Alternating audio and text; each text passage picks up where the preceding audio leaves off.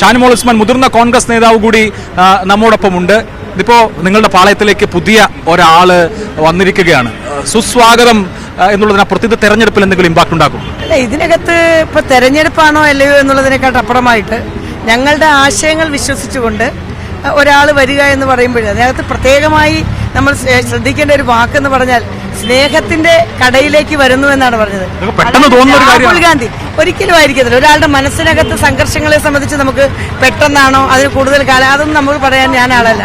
പക്ഷെ അങ്ങനെ പറയുമ്പോൾ സ്വാഭാവികമായിട്ടും അവരെ ചേർത്ത് പിടിക്കുക എന്നുള്ളത് കോൺഗ്രസിന്റെ ശൈലിയാണ്. മുൻ നിലപാടുകളൊന്നും അപ്പൊ പ്രശ്നമാവില്ല. അല്ല, നിലപാടുകളെ സംബന്ധിച്ചൊക്കെ അദ്ദേഹം കൃത്യമായ മറുപടി അതിന് നൽകിയിട്ടുണ്ടല്ലോ. ആ നിലപാടുകളെ സംബന്ധിച്ചും പാർട്ടിക്ക് വേണ്ടിയിട്ടല്ല നിലപാടുകൾ, വ്യക്തിയുടെ നിലപാടുകളല്ലല്ലോ ഈ പറഞ്ഞുകൊണ്ടിരിക്കുന്നത്. ഇപ്പൊ ഞാനിവിടെ പറയുന്നത് നിങ്ങൾ എന്നോട് ചോദിക്കുന്നത് ഷാനിമോൾ ഉസ്മാൻ എന്ന് പറയുന്ന വ്യക്തിയുടെ അഭിപ്രായമല്ല ചോദിക്കുന്നത്. ഞാൻ ഇന്ത്യൻ നാഷണൽ കോൺഗ്രസിന് വേണ്ടി പറയുകയാണ്. ഇത് കോൺഗ്രസിന്റെ ആശയങ്ങൾ വിശ്വസിച്ചുകൊണ്ട് ഇതിലേക്ക് കടന്നു വരുന്നവരെ ഞങ്ങൾ ചേർത്ത് പിടിച്ച് മുന്നോട്ട് പോകും. Thank you. ഇതാണ് കോൺഗ്രസിന്റെ നേതാക്കളുടെയും പ്രവർത്തകരുടെയും ഒക്കെ അഭിപ്രായം. ഇവിടെ നമ്മൾ സംസാരിക്കുന്ന എല്ലാ കോൺഗ്രസ് നേതാക്കളും സന്ദീപിനെ സ്വാഗതം ചെയ്യുന്നുണ്ട്. കെ മുരളീധരൻ മാത്രമാണ് വ്യത്യസ്തമായ ഒരു അഭിപ്രായം പ്രകടിപ്പിച്ചിട്ടുള്ളത്. മോത്തി.